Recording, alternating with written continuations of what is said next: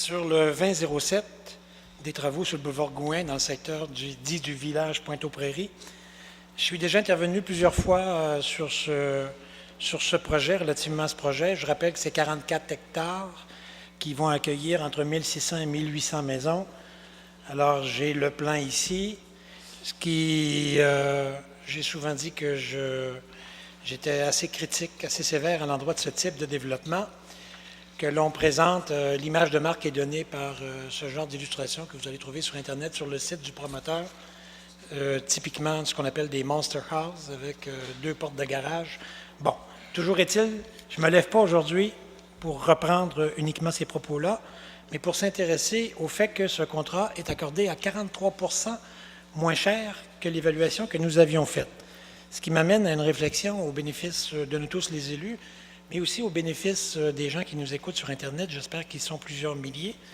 Comment se fait-il que nous accordions des contrats à ce point en deçà de nos évaluations? En l'occurrence, l'évaluation est à 1 743 000 et le contrat est adjugé à un peu moins d'1 million de dollars. Alors, j'ai pensé à présenter une petite synthèse de ce qu'est l'état du resserrement des attributions de contrat à la Ville de Montréal.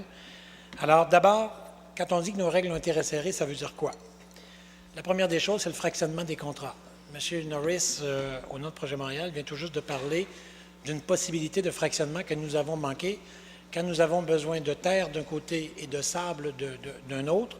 Il y a peut-être beaucoup de fournisseurs de terre et beaucoup de fournisseurs de sable, mais peu de fournisseurs de sable et de terre. Alors, fractionner, ça veut dire diviser la prestation de service attendue de manière à ce qu'un plus grand nombre de soumissionnaires puissent se présenter sur chacune des parties. Alors, nous le faisons de manière systématique. Nous ne l'avons pas fait dans ce cas-là. Peut-être qu'il y a des raisons tout à fait acceptables, mais c'est une règle maintenant à la Ville que de fractionner les prestations de services de manière à ouvrir chacun des marchés à la concurrence.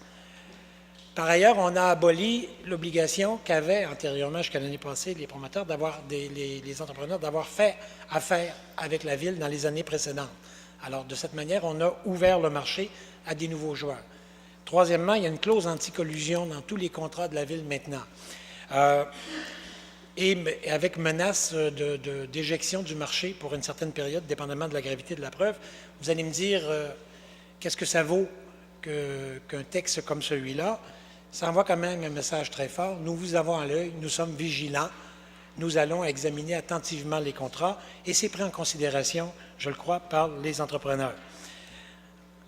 Ensuite, quatrième règle, nous ne divulguons plus l'identité des preneurs des cahiers des charges, des documents de soumission, comme nous le faisions avant. Alors avant, il était très facile de savoir contre qui on compétitionnait. Maintenant, c'est peut-être encore possible, mais ça demande énormément de travail. Et si ça concerne des nouveaux joueurs, c'est impossible à savoir. Alors, c'est une excellente mesure, la quatrième. La cinquième mesure, c'est l'auto-évaluation par la Ville.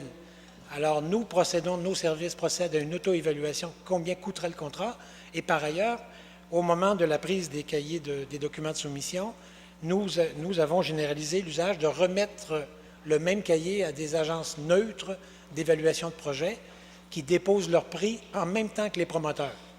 Alors, on a les entrepreneurs qui prennent les cahiers des charges qui déposent leur prix. On a de ces agences spécialisées dans l'évaluation de projet qui font la même chose.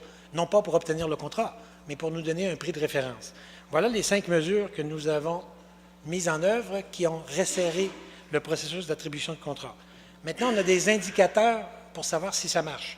Le premier indicateur, c'est le prix le plus bas soumissionnaire, quel est son écart par rapport à l'évaluation faite par la Ville ou par les firmes spécialisées. En l'occurrence, on l'a vu, c'est 43 % pour ce contrat-là. On a, deuxième indicateur, le nombre de preneurs du cahier de soumission, ce qui est l'indicateur de si notre volonté d'ouvrir le marché fonctionne. Alors, s'il y a 10, 12, 14 preneurs du cahier des charges, ça veut dire que notre volonté d'ouvrir le marché paraît fonctionner. Bien entendu, ça ne voudrait rien dire. S'il y a 10 preneurs du cahier des charges, mais il y a une seule soumission, ça veut dire que ça n'a pas marché. Alors, l'autre indicateur, c'est le nombre de soumissions déposées. Alors, en l'occurrence, sur le contrat ici, il y en a eu 5 de déposés. Et ensuite, on s'intéresse à l'identité de ceux qui déposent les soumissions. Est-ce qu'il y a des nouveaux joueurs? Chaque fois qu'on voit apparaître un nouveau joueur, on est très heureux.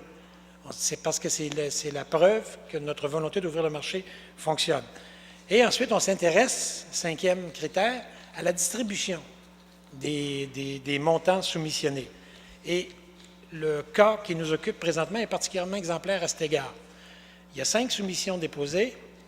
Il y en a 4 qui sont littéralement dans un mouchoir de poche. Celui qui l'emporte avec 996 000 $, mais le 4e, c'est 1 074 000 $.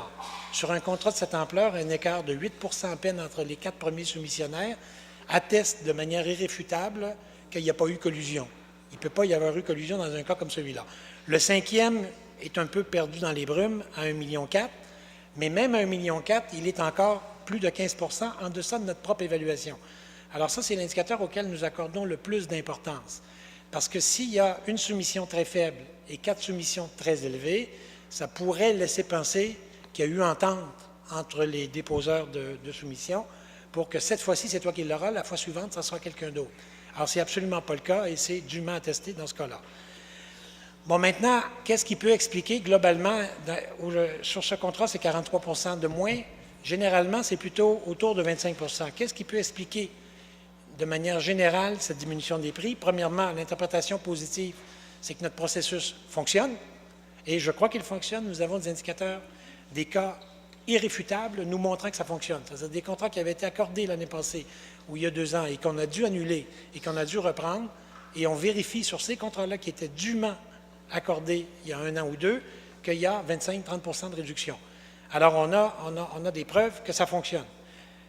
Une interprétation plus neutre, maintenant, l'industrie a faim, elle est en manque de contrats, la Ville donne moins d'ouvrages aux entrepreneurs, le marché dans son ensemble tourne au ralenti, la construction fonctionne moins bien, roule à un moins haut régime que les années précédentes, donc ça incite les entrepreneurs à baisser leurs prix.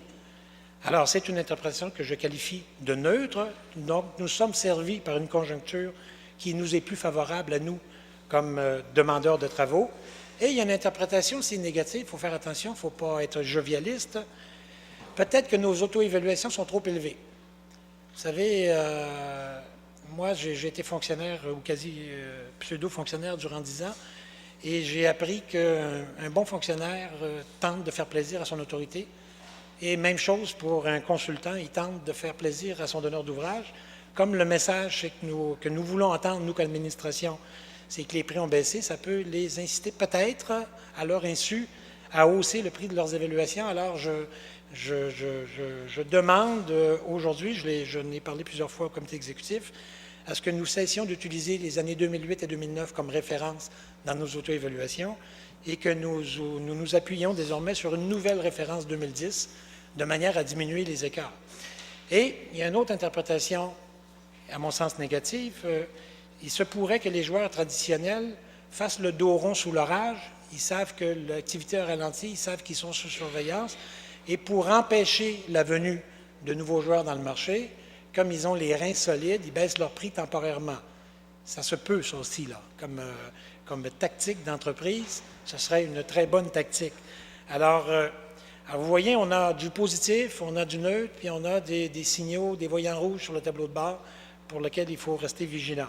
Alors, les leçons à tirer au stade actuel, c'est que la première, je viens tout juste de le dire, il faut demeurer vigilant, il faut resserrer à mesure que nous mettons en pratique une nouvelle modalité. Le système s'ajuste, les entrepreneurs s'ajustent, alors il faut continuellement relever la barre. Et mon dernier commentaire, quant aux leçons que nous devons tirer, c'est que nous savons maintenant, hors de tout doute, que les prix en 2008-2009 étaient de 25 à 30 trop élevés. Nous avons la preuve maintenant, sur 8 mois d'attribution de contrat, qu'on s'est fait avoir en 2008-2009. Ceci devrait être pris en considération par le gouvernement Charest pour nous accorder enfin l'enquête publique que nous réclamons depuis 1 an. Merci.